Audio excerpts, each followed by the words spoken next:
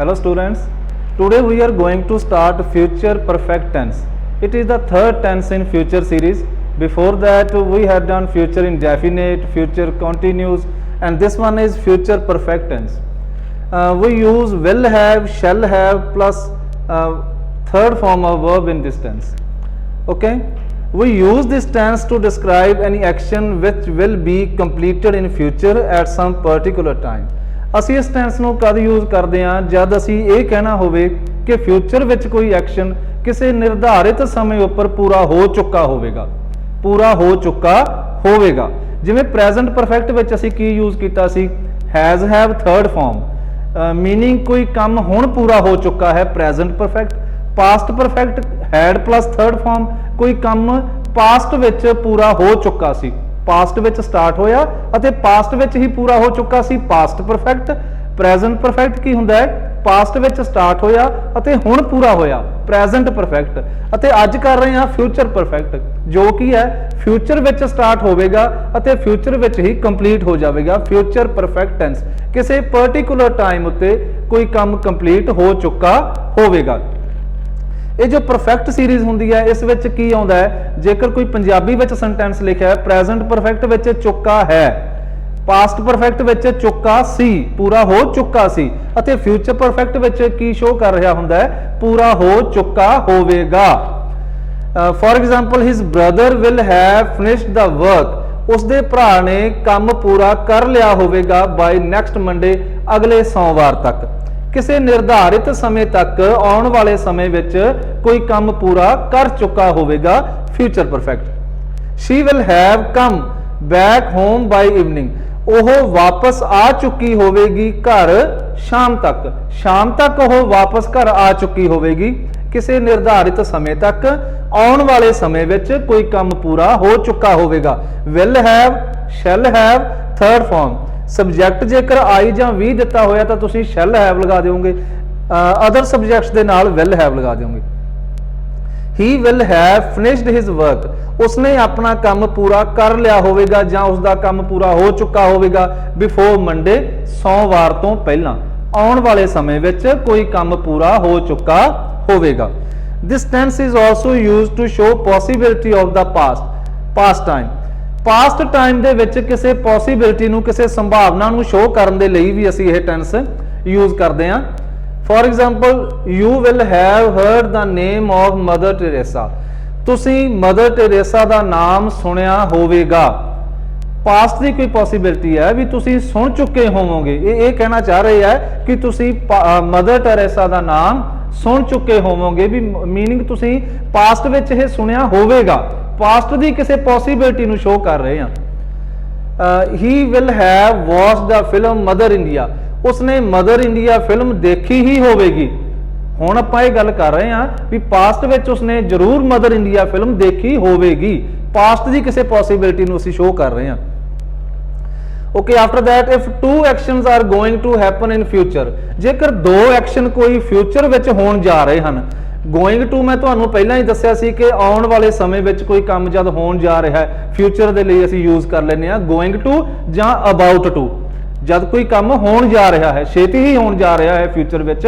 ਤਾਂ going to ਜਾਂ about to use ਕਰ ਲੈਂਦੇ ਹਾਂ if two actions are going to happen in future one after another ਇੱਕ ਤੋਂ ਬਾਅਦ ਦੂਜਾ with first action we will use future perfect first action ਦੇ ਨਾਲ ਅਸੀਂ ਫਿਊਚਰ ਪਰਫੈਕਟ ਯੂਜ਼ ਕਰਾਂਗੇ will have shall have third form and with second action present indefinite ਅਤੇ second action ਦੇ ਵਿੱਚ ਕੀ ਕਰਾਂਗੇ ਪ੍ਰੈਜ਼ੈਂਟ ਇੰਡੈਫੀਨਿਟ ਯੂਜ਼ ਕਰਾਂਗੇ for example I will have finished my work before you come ਮੈਂ ਆਪਣਾ ਕੰਮ ਪੂਰਾ ਕਰ ਲਿਆ ਹੋਵੇਗਾ ਤੁਹਾਡੇ ਆਉਣ ਤੋਂ ਪਹਿਲਾਂ ਕਲੀਅਰ ਇੱਥੇ ਹੁਣ ਪਹਿਲਾਂ ਕੰਮ ਕੀ ਹੋਵੇਗਾ ਕੰਮ ਪੂਰਾ ਹੋ ਗਿਆ ਹੋਵੇਗਾ ਪਹਿਲਾਂ ਵੀ ਕੰਮ ਪੂਰਾ ਕਰ ਲਿਆ ਹੋਵੇਗਾ ਆਈ will have finished my work first action ਇਹ ਹੋਇਆ ਕੰਮ ਪੂਰਾ ਕਰਨ ਵਾਲਾ ਤੁਹਾਡੇ ਆਉਣ ਤੋਂ ਪਹਿਲਾਂ ਬਿਫੋਰ ਯੂ ਕਮ ਜਿਹਨੇ ਆਉਣਾ ਸੀ ਉਹ ਬਾਅਦ ਵਿੱਚ ਆਇਆ ਇੱਥੇ ਅਸੀਂ ਪ੍ਰੈਜ਼ੈਂਟ ਇੰਡੈਫੀਨਿਟ ਯੂਜ਼ ਕਰ ਲਿਆ ਦੋਨੋਂ ਐਕਸ਼ਨ ਇੱਕ ਹੀ ਸੈਂਟੈਂਸ ਵਿੱਚ ਕਹਿ ਰਹੇ ਹਾਂ ਅਸੀਂ ਜੋ ਪਹਿਲਾਂ ਹੋਇਆ ਉੱਥੇ ਫਿਊਚਰ ਪਰਫੈਕਟ ਆਉਣ ਵਾਲੇ ਸਮੇਂ ਵਿੱਚ ਇਹ ਕੰਮ ਪੂਰਾ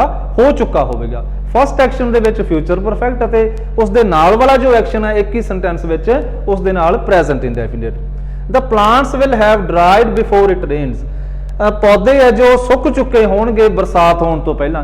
ਅਸੀਂ अक्सर एक सेंटेंस ਵਿੱਚ ਇਹ ਗੱਲ ਕਹਿ ਦਿੰਦੇ ਆ कि बरसात होने तो पहला पौधे ਹਨ जो ਉਹ ਸੁੱਕ ਚੁੱਕੇ ਹੋਣਗੇ, ਇੱਕ ਸੈਂਟੈਂਸ ਵਿੱਚ ਕਿਹਾ।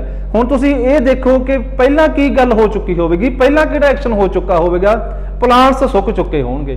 ਕਲੀਅਰ, ਪਹਿਲਾਂ ਇਹ ਐਕਸ਼ਨ ਹੋਵੇਗਾ, ਠੀਕ ਹੈ। ਬਰਸਾਤ ਹੋਣ ਤੋਂ ਪਹਿਲਾਂ ਬਰਸਾਤ ਬਾਅਦ ਵਿੱਚ ਹੋਵੇਗੀ। ਜੋ ਐਕਸ਼ਨ ਪਹਿਲਾਂ ਆਇਆ ਹੈ ਉਸ ਨਾਲ ਅਸੀਂ ਫਿਊਚਰ ਪਰਫੈਕਟ ਯੂਜ਼ ਕਰਾਂਗੇ। The plants will have dried before it rains, ਬਰਸਾਤ ਹੋਣ ਤੋਂ ਪਹਿਲਾਂ। fill in the blanks with correct form of verb in future perfect tense। ਥੱਲੇ ਕੁਝ ਬਲੈਂਕਸ ਦਿੱਤੀਆਂ ਹੋਈਆਂ ਨੇ ਜੋ ਤੁਸੀਂ ਕੀ ਕਰਨੀ ਹੈ, ਫਿਊਚਰ ਪਰਫੈਕਟ ਟੈਂਸ ਦੇ ਵਿੱਚ ਕਨਵਰਟ ਕਰਨਾ ਹੈ। she dashed the house by 2 o'clock, ਇਸ ਨੂੰ ਤੁਸੀਂ ਫਿਊਚਰ ਪਰਫੈਕਟ ਯੂਜ਼ ਕਰਕੇ ਕੰਪਲੀਟ ਕਰਨਾ ਹੈ। she will have cleaned, clean verb ਦਿੱਤੀ ਸੀ, will have cleaned the house by 2 o'clock, उसने 2 ਵਜੇ ਤੱਕ ਘਰ ਨੂੰ ਸਾਫ਼ ਕਰ ਲਿਆ ਹੋਵੇਗਾ, ਮੀਨਸ ਉਸਦਾ ਘਰ ਸਾਫ਼ ਹੋ ਚੁੱਕਾ ਹੋਵੇਗਾ। ਕਲੀਅਰ, ਆਉਣ ਵਾਲੇ ਸਮੇਂ ਵਿੱਚ ਕੋਈ ਕੰਮ ਪੂਰਾ ਹੋ ਚੁੱਕਾ ਹੋਵੇਗਾ ਤਾਂ future perfect.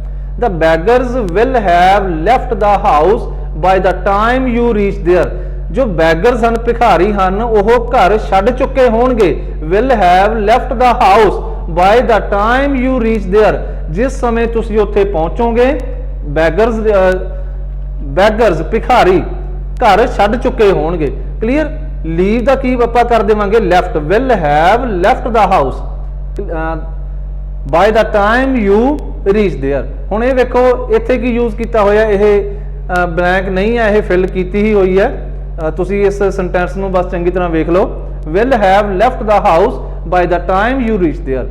Okay, third sentence is the cobbler dash my shoes by next Sunday, ਅਗਲੇ ਐਤਵਾਰ ਤੱਕ।